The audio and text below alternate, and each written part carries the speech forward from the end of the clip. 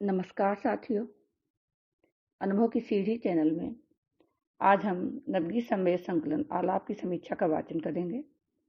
इस समीक्षा को ख्यात कवि आदरणीय रमेश गौतम जी ने लिखा है। रमेश गौतम जी का जन्म 28 सितंबर 1948 को पीलीभीत उत्तर प्रदेश में हुआ। एसवीई कॉलेज बरेली के अध्यापक पद से सेवानिवृत्त उपरांत स्वतंत्र लेखन एवं चित्रांकन में वह संलग्न है। नवगीत, लघुकथा, बाल कविताएं, सामयिक आलेख, समीक्षा, रिपोर्टाज, साक्षात्कार विभिन्न राष्ट्रीय पत्र पत्रिकाओं में अनवरत प्रकाशित होते रहते हैं। उनका एक नवगीत संकलन इस हवा को क्या हुआ और दोहा संग्रह बादल फेटे ताश प्रकाशित हो चुके हैं। दूसरे अन्य नवगीत संग्रह प्रकाशाधीन हैं। रमेश गौतम जी की खास जो बात है वो ये है कि वो किसी भी संग्रह को पूरा पढ़ने के उपरांत ही उस पर अपना अभिमत देते हैं।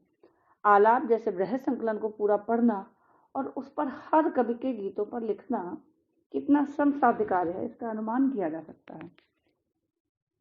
यदि बात उनके गीतों पर की जाए तो सब कुछ कहने के बाद भी बहुत कुछ शेष रह जाएगा।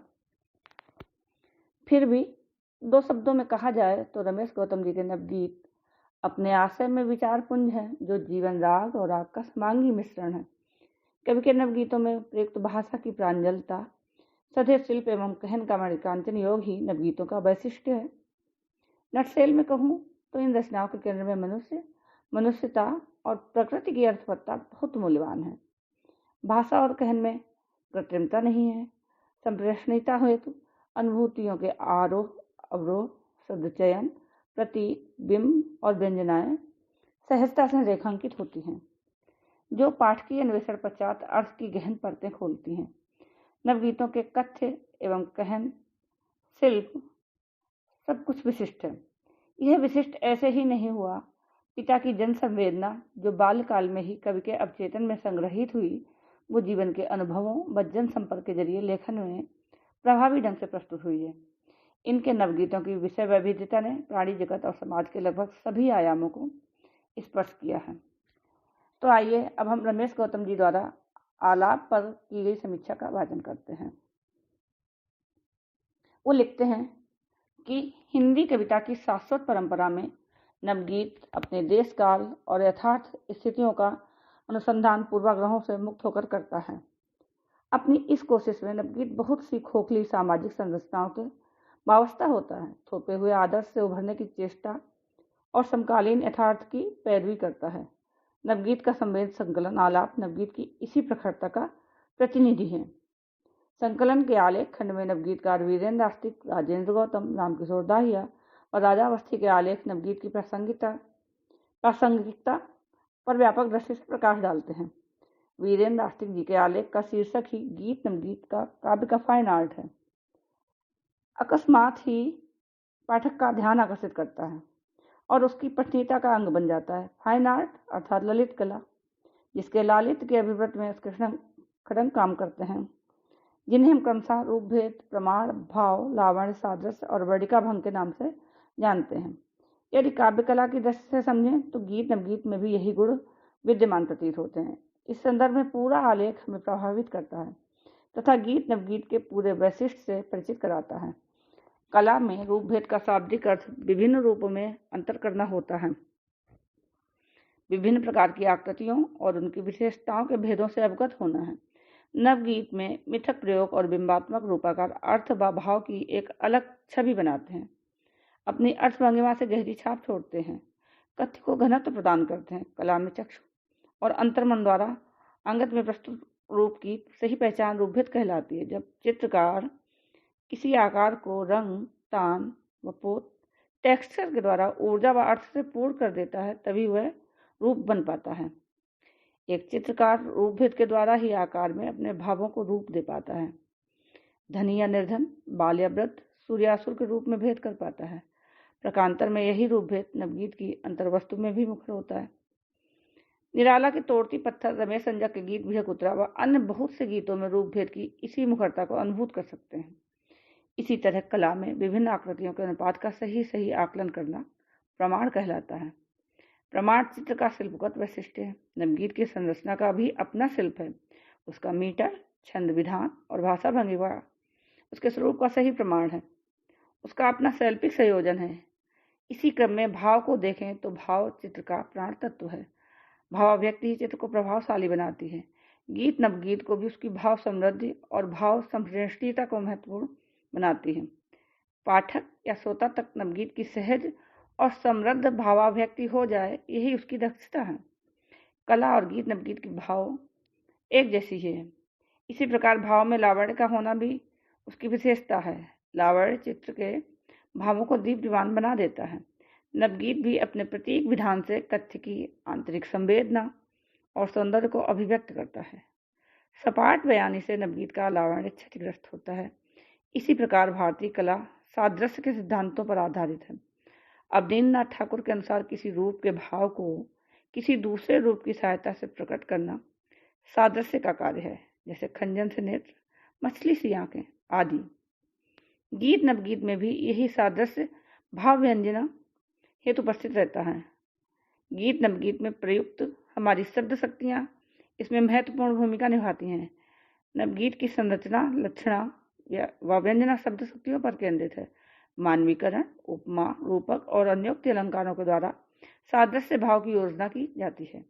नवगीत में व्यंजना के लिए अन्योक्ति का आवश्यक है। इसी प्रकार कला में वर्णिका भंग अर्थात भावों के अनुकूल रंग योजना से चित्र का निर्माण करना वर्णिका भंग कहलाता है।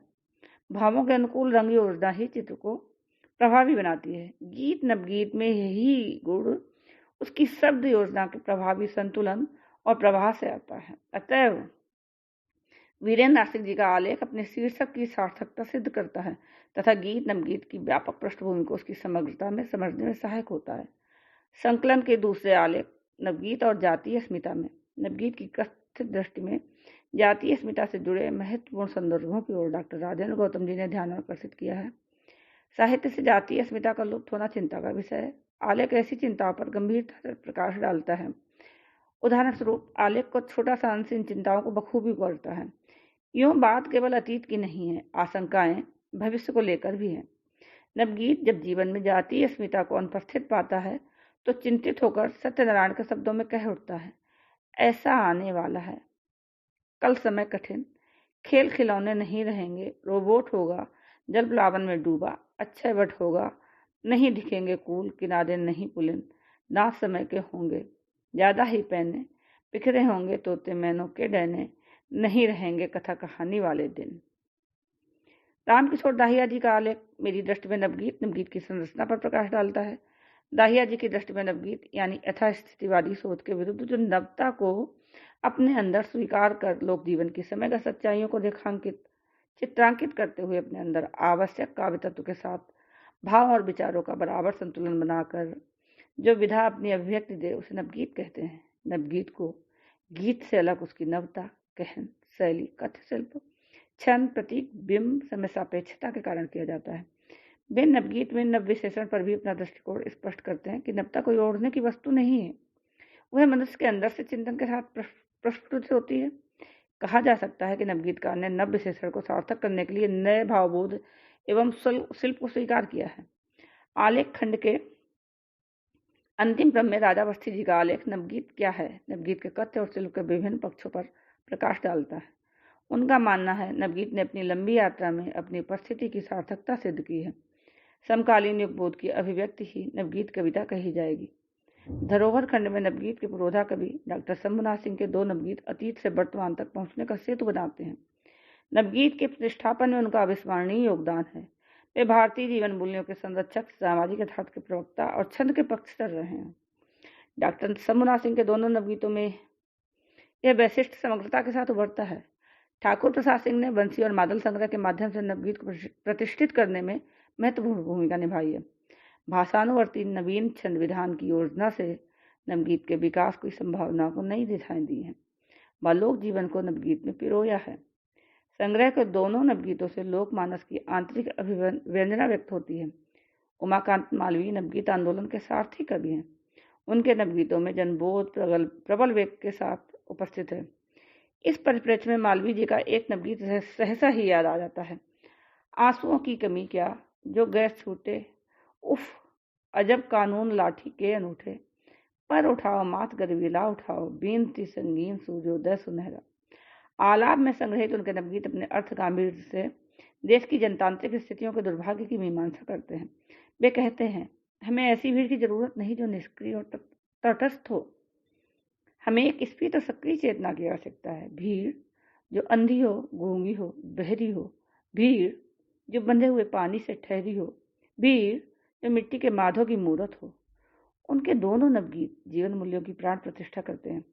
उनकी दृष्टि में वही परिवेश कल्याणकारी हो सकता है जहाँ मूल्यों का सम्मान हो। इसी क्रम में भगवान स्वरूप रस के दोनों नवगीत समकाल के यथार्थ को उकेरते हैं। नवगीत के उन नायक कवि देवेंद्र शर्मा इंद्र सदैव नवगीतकारों के लिए प्रेरक तत्व रहे हैं। उनकी रचनात्मकता विविध आयामी है। धरोहर खंड में इनके दोनों नवगीत सत्याग्रही हैं। इसी क्रम में नईम, रमेश रंजक, ओम प्रभाकर, कैलाश गौतम, अनिरुद्ध नीरव, दिनेश सिंह के नवगीत जीवन जगत के ज्वलंत प्रश्नों से जूझते हैं, जन सामान्य के यथार्थ को प्रस्तुत करते हैं। इस तरह धरोहर खंड नवगीत की समृद्ध परंपरा का प्रतिनिधित्व करता है। हाँ, इतना जरूर कहना चाहूंगा कि कुछ विशिष्ट नाम छूट गए हैं।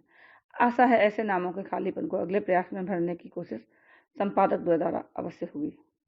आलाप के सहयात्री खंड को समकालीन के प्रतिनिधि नवगीतकार अपनी उपस्थिति से समृद्ध करते हैं। वस्तुतः नवगीत युग बोध की कविता है। नवगीत अपनी पूरी सामर्थ्य के साथ जीवन के कड़वे यथार्थ को ही नहीं, जीवन की मिठास को भी अभिव्यक्त कर रहा है।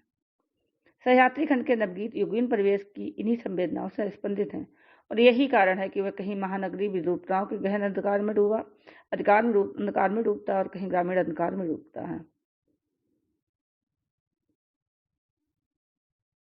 और कहीं ग्रामीण सरलता पर विमुग्ध होता है। आज के नवगीत का कथ्य वैविध्यपूर्ण है। हर्ष और विषाद दोनों ही मना स्थितियों को अभिव्यक्त करता है। सहयात्री खंड का आरंभ नवगीत के शीर्ष हस्ताक्षर अवध बिहारी श्रीवास्तव के नवगीतों से होता है। श्रीवास्तव जी ने नवगीत को नई प्रतिष्ठापनाओं से संपन्न किया है। उनकी युग संवेदना परिवेश के साथ गहरा और अर्थवान संबंध स्थापित करती है। उनके गीत इसलिए भी प्रभावित करते हैं कि उनमें विशद रचनात्मक संदर्भ होते हैं और जिनमें भारतीय जीवन स्थितियों की नैसर्गिक व्यंजना होती है। उनका एक नवगीत जितना खिड़की से दिखता है उतना ही सावन मेरा है। इसका उदाहरण संकलन में उनके 4 नवगीत हैं। अपने को खोलो, यह समय, राजा का कमरा शीर्षक नवगीत आत्मबोध का पथ प्रशस्त करते हैं। वहीं मैके की याद नवगीत में नारी मन की भाव दुनिया शालीनता से आकार लेती है, जो भारतीय नारी की सामंजस्यता और सहनशीलता के स्वभाव को व्यक्त करती हैं। हिंदी नवगीत के अनन्य उपासक महेश्वर तिवारी जी के संबंध में प्रसिद्ध गीत कवि डॉक्टर बुद्धनाथ मिश्र ने कहा है, महेश्वर तिवारी हिंदी नवगीत विधा के बरहम बाबा हैं। जैसे गांव को कोई शुभ कार्य बरहम बाबा की प्रदक्षिणा किए बिना आरंभ नहीं किया जाता, ठीक उसी तरह हिंदी नवगीत की चर्चा भी महेश्वर तिवारी की चर्चा के बिना पूरी नहीं हो सकती। महेश्वर तिवारी के नवगीत अपनी अलग सृजनात्मक पहचान रखते हैं। संग्रह में सम्मिलित 4 नवगीत भिन्न भंगिमा के साथ अपने समय को सहेजते हैं। उथल पुथल, तनाव और विसंगतियों के कहन के साथ ही वे किस तरह थोड़ी सी कोमलता भी सहेजने का प्रयास करते हैं, यह द्रष्टव्य है। याद तुम्हारी जैसे कोई कंचन कलश भरे। तथा संग्रह में सम्मिलित अन्य नवगीत हंसो भाई पेड़, जिंदगी अपनी हुई है, मैल कानों की, झील का ठहरा हुआ जल, जन शोषण के प्रति सचेत करते हैं। मयंक श्रीवास्तव समकालीन नवगीत में अपनी शैली के लिए अलग पहचान रखते हैं।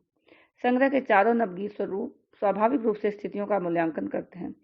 आग लगती जा रही है अन्न पानी में और जल से हो रहे हैं राजधानी में, अथवा सागर से पर्वत तक ऐसी हुई मुनादी है, अथवा राजा यश गाथा सुनने का आदि है।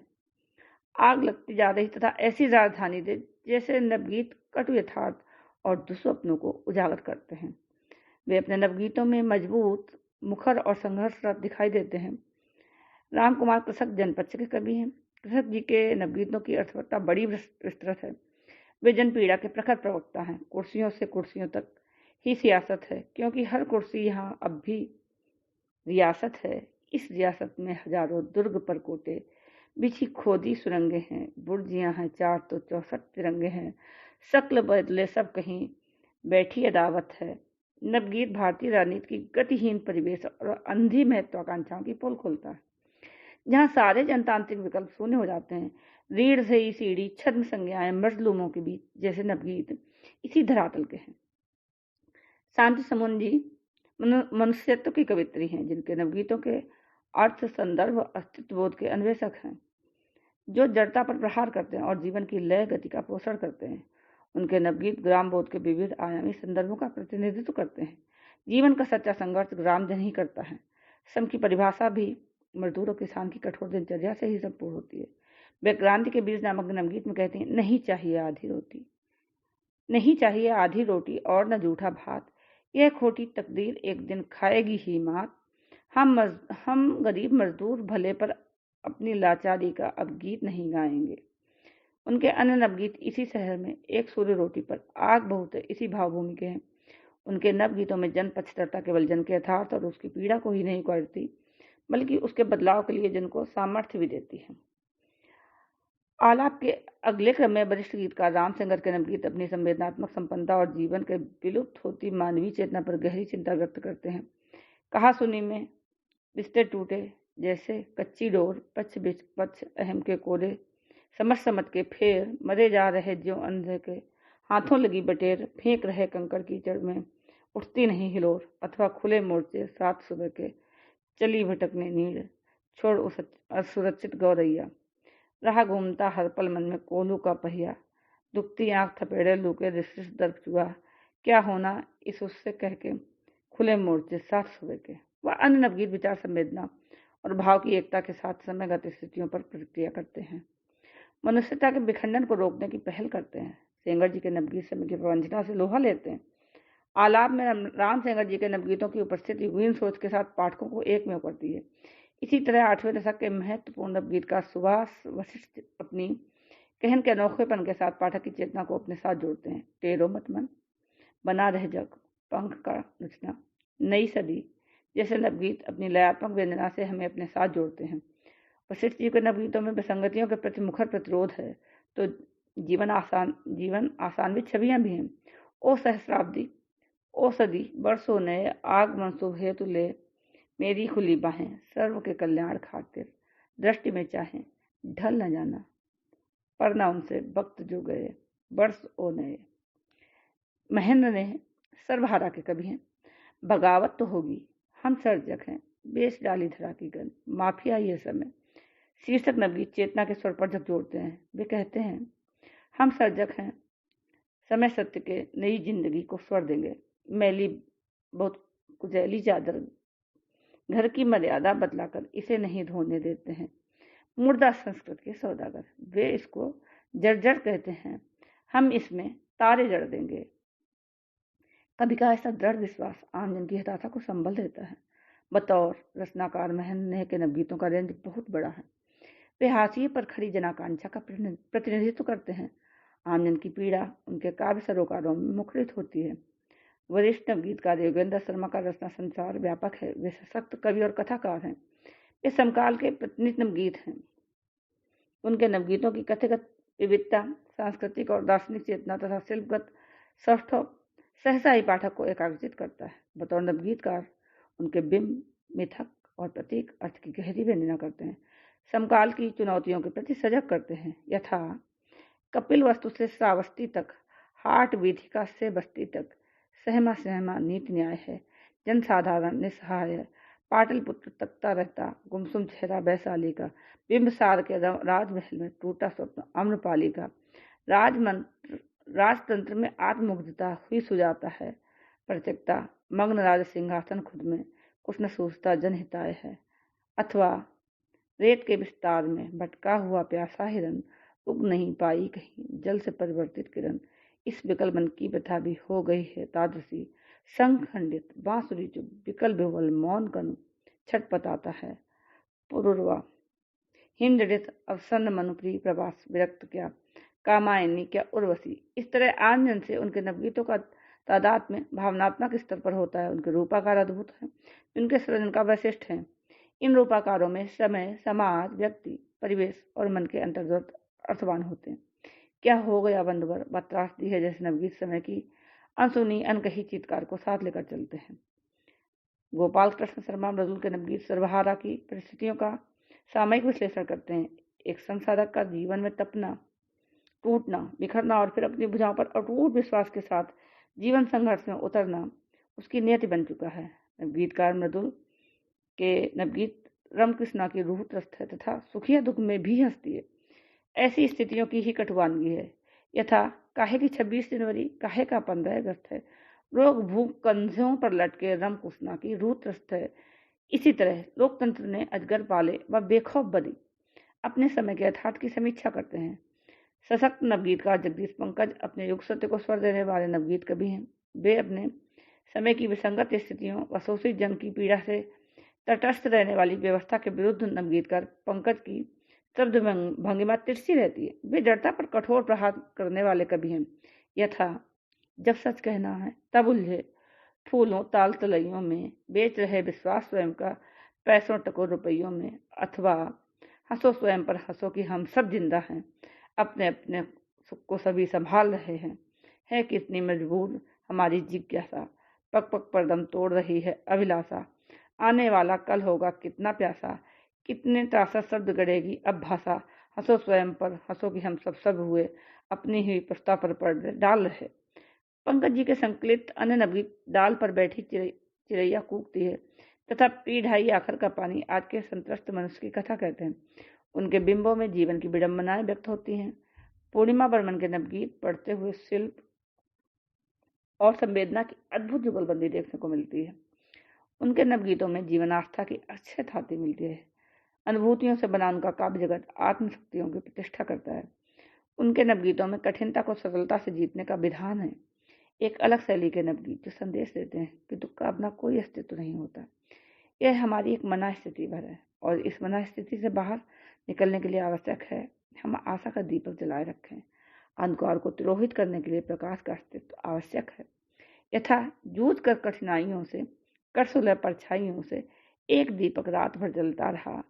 लाख बारिश आंधियों ने सत्य तोड़े, वक्त ने कितने दिए पटके झंझोड़े।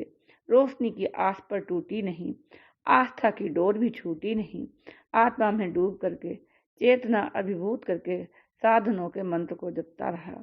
एक दीपक रात भर जलता रहा। एक गुजिया और लो, रजनीगंधा फूल और कल आएंगे गांव तुम्हारे जैसे नवगीत मानव मन को विलुप्त संवेदनाओं को सहेजने का बोध देते हैं। ऐसे नवगीतों को पढ़कर आत्मसुख की अनुभूति होती है। कवि देवेंद्र आर्य के संकलित नवगीत जनपक्ष के मुखर अन्वेषक हैं। उनके नवगीतों में अभिजात नहीं आमजन की उपस्थिति है। व्यवस्था को दर्पण दिखाते कटाक्ष बड़े प्रखर और पैने हैं। यथा शहरों की जंगल से हो गई सुलह सफाई है, दिल्ली से रमुआ की बहिरंग चिट्ठी आई है। लिखा है सब कुशल क्षेम है, सबको पाँव लगी। दिल्ली की तो बात न पूछो हो गई जहरीली। तरकुलहा नाले सी बहती यमुना दिल्ली में, पड़ रौना की पामेला अब रहती दिल्ली में। किस्तों की दीमक खाई दीवारें बाकी हैं, दिल्ली की रिश्वत खाई सरकारें बाकी हैं।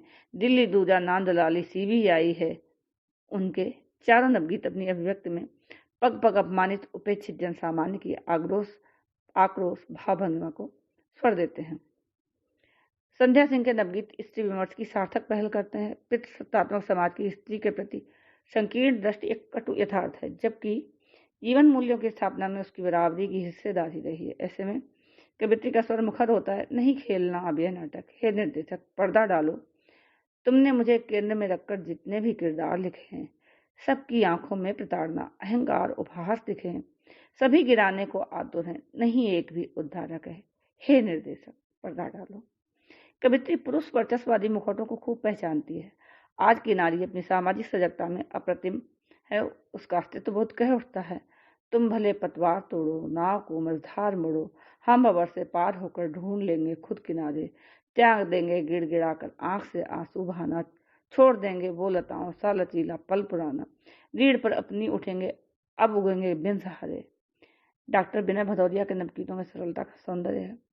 उनके नवगीत रोजमर्रा के यथार्थ को गंभीरता से व्यक्त करते हैं। वे जीवन संघर्ष को सरल किंतु जीवंत भाषा में करते हैं। इससे उनके कथ्य की व्यंजना में अदम्य जिजीविषा और सामाजिक यथार्थ की स्वाभाविक अभिव्यक्ति का प्रवाह बना रहता है। यथा कोहरे का जिस्म फाड़ कर निकलेगा सूरज, फिर कल मत हो जी ज्यादा बेकल। पिद्दी भर की जड़ें लिए, बित्ता भर केवल साखें, गमलों में पलती नस्लें, बरगद को दिखा रही आंखें। खूब पड़ा पाला पाथर, बरसेंगे अमृत बादल। कवि की रचना प्रक्रिया में यथार्थ का अभिव्यक्तिकरण बाह्य से अंतर की ओर जाता है। बाह्य तथा आंतरिक का यही संबंधों की अर्थवत्ता को सार्थक करता है। कभी विनय भदौरिया के बिंब केवल कल्पना के सहारे नहीं है, उनमें जीवन, कठोर यथार्थ और उसकी गतिशीलता विद्यमान रहती है। नदिया के पानी में मगरों का कब्जा है, मर रही मछलियां प्यासी, किंतु उन्हें आती है हंसी। चापलूस घड़ियालों ने ऐसा भरमाया, सब कुछ उल्टा पुल्टा दर्पण में दिखलाया। पलते पलते बढ़कर अब तो क्षय रोग हुआ, कल तक थी जो हल्की खांसी, किंतु उन्हें आती है हंसी। इससे स्पष्ट होता है कि कभी मन का आक्रोश सामूहिक आक्रोश बनकर जनमानस की वेदना का प्रतिनिधित्व करता है।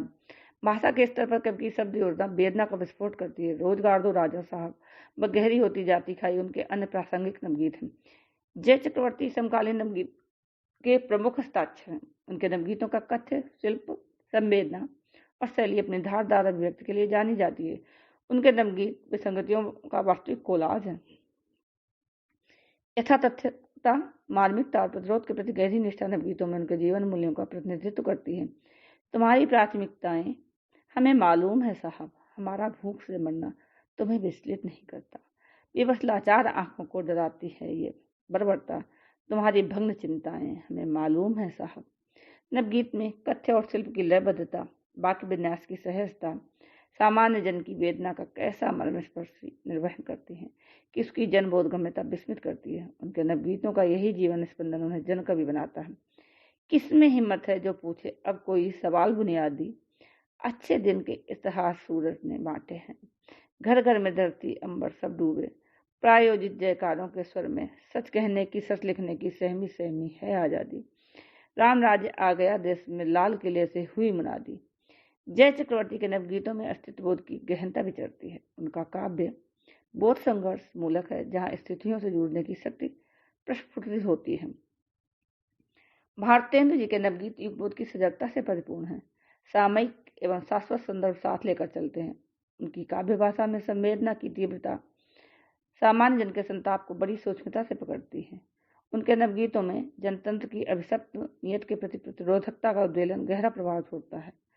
खाल खींच निर्धन बकरे की ढोलक यूं न मढ़े, दाढ़ी टोपी तिलक सजाकर किस्से यूं न गढ़े, मुक्त हो गए कुछ कागज के टुकड़े देकर, मजदूरों की तरह 8-10 ईंटें लेकर निर्मित होते भवन की 10वीं मंजिल चढ़े। उनके नवगीतों का वेदना विह्वल सर गली पगडंडियों से लेकर नगर पथ तक की स्थितियों के कठोर यथार्थ को समेटता है, विद्रूपताओं का कारुणिक प्रस्तुतीकरण करता है। सपनों की किरचों पर नाच रही लड़की, अपने ही झोंक रहे चूल्हे की आग में, रोटी पानी ही तो है इसके भाग में, संबंधों के अलाव ताप रही लड़की, ड्योढ़ी की सीमाएं लांग नहीं पाई है, आज भी मदारी से बहुत मार खाई है, तने हुए तारों पर कांप रही लड़की। इसी तरह मनुवाद व फिर नदी के पांव भारी हैं। नवगीत सामाजिक और राजनीतिक शोषण के मुखौटों को हटाता है। मिश्र जी के नवगीत अपने अर्थ और शिल्पगत वैशिष्ट से सम्मोहित करते हैं। नवगीतकार अजय पाठक को पढ़ते हुए जनजीवन की दारुण अनुभूतियों से परिचय होता है। उज्जैनी में भेष बदलकर घूम रहा बेताब, नए नए विक्रम को ढूंढो, उनके रोज तलाशे, वागजाल में उलझा कर वह हर विक्रम को फांसे, उनके सिर के टुकड़े कर दे और खींच ले खाल, भूखे अधनंगे लोगों को शब्द बाग दिखलाए, धर्म कर्म की बात बताकर आपस में लड़वाए, रोजी रोटी का झांसा दे चले सियासी चाल। अपनी अपूर्व मौलिकता से वे नवगीत में जनबोधी संभावना को एकाकार करते हैं। मेरी कविता के शब्दों के कोलाहल के भीतर में गहरा मौन छिपा है, उसको पढ़ना। भूख, हताशा और गरीबी या कुंठाएं, इन पर ही तो मैंने अब तक किया शोध है। मेरे प्रतिरोधी स्वर की भाषाएं समझो, ये सब मेरे भीतर का अपराध बोध है। मेरे बिंब, प्रतीकों या फिर उपमानों की पंक्ति पंक्ति में कौन छिपा है, उसको पढ़ना। बूढ़े हुए कबीर, साल भंजिका जैसे नवगीतों की अंतर्वस्तु प्रभावित करती है। डॉक्टर जगदीश एवं के चारों नवगीत युगीन यथार्थ की वानगी हैं। उनके नवगीतों में सृजनात्मक प्रतिरोध अपनी मूल्यबद्धता के साथ उपस्थित है। उनके रचनात्मक संदर्भ जन संवेदना से संस्पर्शित हैं, जो केवल सामयिक स्थितियों को परिभाषित नहीं करते, वरन हताशा में उठ खड़े होने का उत्साह भी देते हैं। डॉक्टर व्योम के नवगीत संवेदना और संभावना का समीकरण रचते हैं। व्यवस्थागत विरूपता, भयावहता के प्रतिवाद में खड़े उनके नवगीत अपनी पैनी व्यंजना से जनमानस को दलित करते हैं। यथा बाजीगर बन गई व्यवस्था, हम सब हुए जबूरे, सपने कैसे होंगे पूरे। अथवा राजा मूछ मरोड़ रहा है, सिसक रही हजनी, आज नवगीत इसी भाव भंगिमा के हैं। यहाँ स्पष्ट होता है कि जनबोध दो तत्वों को महत्व देता है, वे हैं प्रगति और परिवर्तन। परिवर्तन ना ही प्रगति को सार्थक करता है। जाने क्या बतियाते पेड़ तथा औरों की भर रहे तिजोरी नवगीत व्यवस्था की विसंगतियों को व्यापक परिप्रेक्ष्य में रेखांकित करते हैं। समर्थ नवगीत कवि एस मालवीय के नवगीतों में जनजीवन की आहटों का विस्तार और संवेदना का सार है।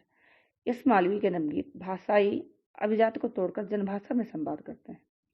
कहो सदाशिव कैसे हो, कितने बदल गए कुछ दिन में, तनिक न पहले जैसे हो।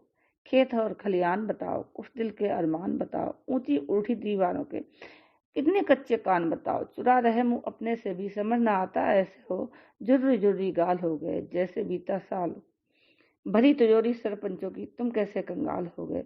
चुप रहने में अब भी लेकिन तुम वैसे के वैसे हो, कहो सदाशिव कैसे हो। इस नवगीत में नवगीतकार के जनजीवन से जुड़ाव, सामाजिकता और सरोकार के गहरे संदर्भों को देखा जा सकता है।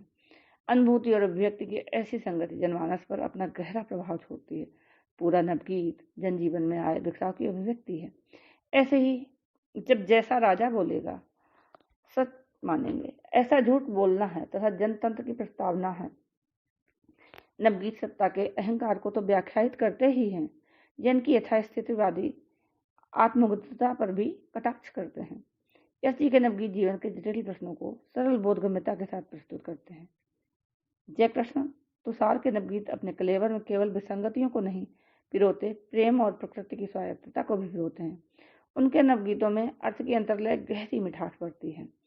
हरे दान के इन फूलों में चावल होंगे काले गोरे, बादल बिजली धूप छाँव में हंसते हैं बतियाते हैं ये, चिकनी भूरी करेल दोमट सब में गीत सुनाते हैं ये, बच्चे उड़ते पंख लगाकर दूध भात के देख कटोरे। अथवा धूप जहाँ हर मौसम में खिलते हैं, जंगल के फूल कहाँ जूड़े में मिलते हैं।